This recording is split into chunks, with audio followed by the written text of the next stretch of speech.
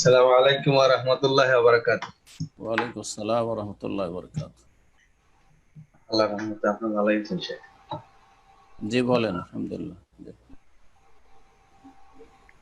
প্রশ্ন হলো শেখ, আমরা তো অনেকে কোরবানি দেই, কিন্তু যদি এরকম পরিস্থিতি হয় যে কেউ বিজনেস ব্যবসা করে, ব্যবসায় অনেক টাকা ঋণ আছে, তো হুম। সেক্ষেত্রে কি কোরবানি দেওয়াটা জরুরি বা দরকার?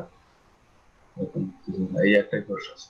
আসসালামু জি, আলাইকুম। ঋণী ব্যক্তির কোরবানি দেওয়া জরুরি নয়, বরং ঋণ পরিশোধ করা জরুরি। কোরবানি করা সুন্নাতে মুআক্কাদা, আর ঋণ পরিশোধ করা ফরজে আইন। হ্যাঁ, ওকেই ও এই ঋণ পরিশোধ করতে হবে, ওর উপরে ফরজ। হ্যাঁ, তো কথা হচ্ছে যে ঋণকে সবসময় প্রাধান্য দিতে হবে। মানুষের হক আল্লাহ মাফ করবেন না, আর কোরবানি আল্লাহর হক, আর আল্লাহর হক তারপরে সেটি ফরজ হক নয়, সেটি সুন্নাতে মুআক্কাদা। সুতরাং কোরবানি সামর্থ্যবানের জন্য, যে ব্যক্তি ঋণগ্রস্ত সে তো সামর্থ্যবান নয়, সুতরাং তার কোরবানি নেই। কিন্তু যদি মনে করে যে আমার ঋণ যেটা আছে, যারা ঋণদাতা তারা বলছে অসুবিধা নাই, তুমি কোরবানি দাও, পরে দিও, সেই জন্য যদি কেউ করে দেয় তো কোরবানি হয়ে যাবে।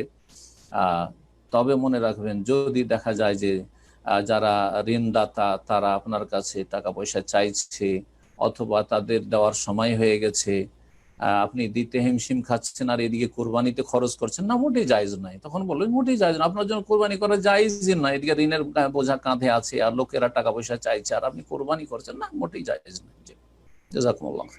আসসালামু আলাইকুম। ওয়ালাইকুম আসসালামু আসসালাম আলাইকুম রহমতুল্লাহ। ওয়া বারাকাতুহু। জি বলেন মোহাম্মদ খান ভাই। জি, উস্তাদ, আমার প্রশ্ন ছিল হচ্ছে যে আম, মানে এই প্রসঙ্গ বাদে যেটা নিয়ে মানে বেতের ব্যাপারে একটু, হুম। বেতের নামাজে যে আমরা যেটা পড়ি, এক বৈঠকে 3 রাকাত কিংবা 1 রাকাত 5 রাকাত, কিন্তু কিছু হানাফি মাযহাবের কিছু ব্যক্তি তারা বলে কিংবা আলেমরা বলে যে 2 বৈঠকে বেতের পড়তে হবে। এবং আমরা যেটা বেতের কুনুতটা পড়ি সেটা হুম। হচ্ছে বলে যে এটা কুনুতে নাজেলা। জি। কুনুতে নাজিলাটা কি হচ্ছে এমনি বেতে পড়া যাবে কিনা? আর জি। ওনারা যেটা পড়ে আমি জানি যে ওটাই হচ্ছে কুনুতে নাজিলা, কিন্তু ওনারা বলে যে না, এটাই হচ্ছে কুনুতে বেতের জি। কুনুত, আর আমরা যেটা পড়ি এখন সেটা আপনার হচ্ছে প্রশ্ন, কুনুতে নাজিলা। আপনার প্রশ্ন কি তাই আর বলেন। এটা হাদিস সম্মত কোন কিছু আছে? জি। 1 বৈঠকে কয় রাকাত পড়া যাবে আর 1 রাকাত সঠিক কিনা, জি। জি। এবং কুনুতে নাজিলা কোনটা, এবং কুনুতে নাজিলাটা হচ্ছে বেতেরে পড়া যাবে কিনা? ঠিক জি। ঠিক আছে। আপনার প্রশ্ন একটা লেকচার লাগবে, আর আমার লেকচার আছে বেতের উপর। বেতের উপর একটি কিতাবও আছে আমাদের, শেখ আব্দুল্লাহ আল কাফির কিতাব, ওটা পড়ে নেবেন যদি বই থেকে পড়তে চান। আর আলোচনা বেতের উপর বিস্তারিত আমার আছে, একাধিক আলোচনা আছে, কিতাব থেকেও আছে, আর এমনি বিষয়ভিত্তিক আলোচনা আছে, শুনে নেবেন। সংক্ষেপে বলি বেতর সম্পর্কে। বেতর রাকাত সংখ্যা প্রথম বলি, 1 থেকে শুরু করে। বেতর মানে বেজোড়, ভিতর মানে হচ্ছে বেজোড়। বেজোড় একও যেমন বেজোড় 3, 5, 7, 9, 11 পর্যন্ত বেতর। কোন কোন হাদিসে 13 আছে, তবে 11 পর্যন্ত প্রসিদ্ধ। সবগুলি হচ্ছে বেজোড়। তাহলে সর্বনিম্ন 1 পড়া যায়, এই মর্মে বহু হাদিস রয়েছে। আও তারা বে ওয়াহেদা, 1 বেতর পড়লেন। কিন্তু হানাফি মাযহাবের ভাইয়েরা এই 1 রাকাতের হাদিস না মেনে ওরা এর অপব্যাখ্যা করে। আওতারা বে ওয়াহেদা মানে একের দ্বারা, অর্থ করতে গিয়ে ভুল ব্যাখ্যা করে মানুষকে বুঝায়। একের দ্বারা বেজোড় করে নিলেন, মানে এক নেই না, ভুল কথা। রাসূলুল্লাহ সাল্লাল্লাহু আলাইহি ওয়াসাল্লাম বলে সালাতুল লাইলি মাসনা মাসনা, রাতের সালাত 2 2 করে পড়তে থাকো। ফাইদা খাশি আহাদুকুম সুবহা, যখন ভোর হওয়ার আশঙ্কা হবে তখন সাল্লা রাকাতান ওয়াহিদা, 1 রাকাত পড়ে নাও। তো তোর মাকাদ সাল্লাই, যা পড়লে সারা রাতে সবটা বেজোড় হয়ে গেল। তো বেজোড় 1 হতে পারে, 3 হতে পারে। 3 যখন পড়বেন তখন আবার ইখতিলাফ আসছে যে 3টা পড়বেন কি করে। তো হানাফি মাযহাব যেমন বললেন যে তারা বলছে মাগরিবের মতো করে পড়া, 2 তাশাহুদ, 2 রাকাত পড়ে তাশাহুদ পড়া, আর তারপরে সালাম না ফিরে উঠে যাওয়া, আর তারপরে 3য় রাকাত পড়া।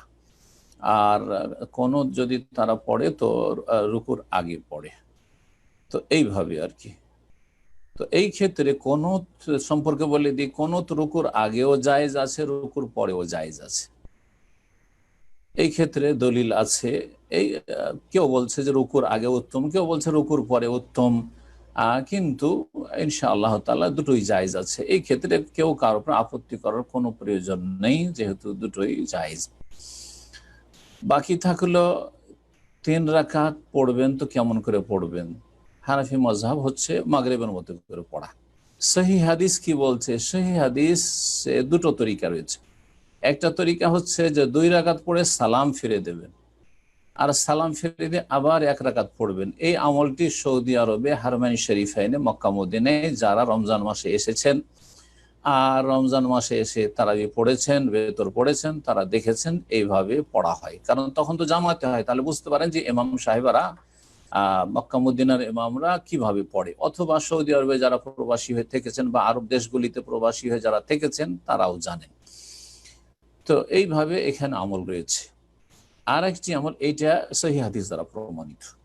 দ্বিতীয় তরিকা, সেটাও সহিহ হাদিস দ্বারা প্রমাণিত, সেটা হচ্ছে 3 রাকাত এক টানা পড়ে নেওয়া।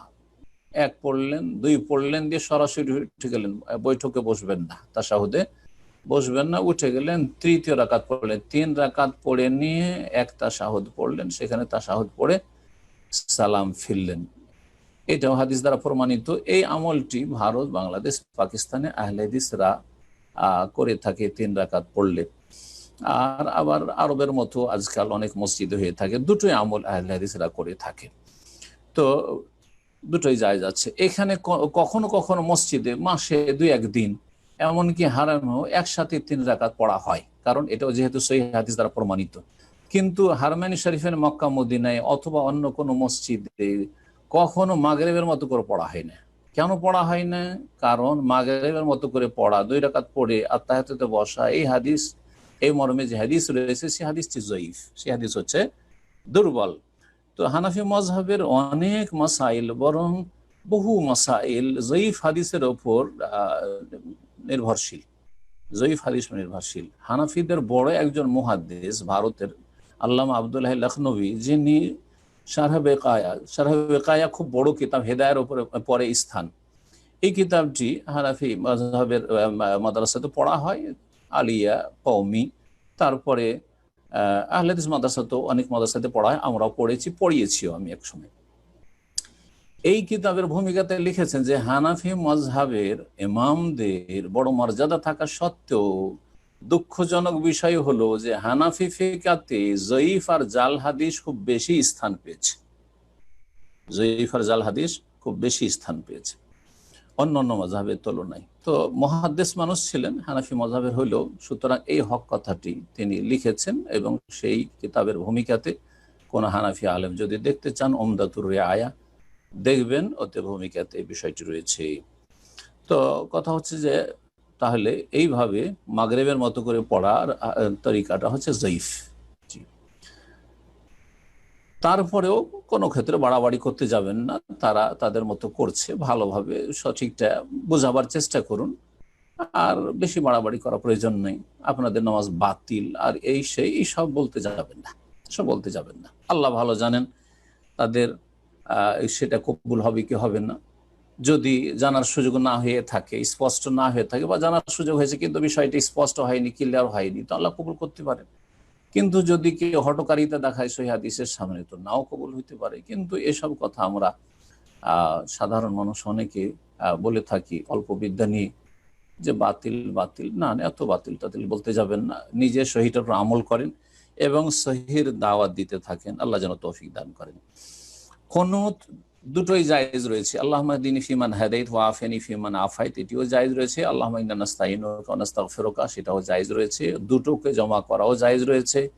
এমনকি এর সাথে আরব দেশগুলিতে প্রচলন রয়েছে হারমানি শরীফাইনে দীর্ঘ দোয়া করার, কারণ এই জায়গাটি হচ্ছে দোয়া করার। সুতরাং সেখানে আরো যদি অন্যান্য দোয়াগুলি পড়ে নেন তো তাতে কোনো অসুবিধা নেই, দোয়ায়ে মাসুরা হলে ভালো, কোনো অসুবিধা নেই ইনশাআল্লাহ। জাযাকুমুল্লাহ খাইরান।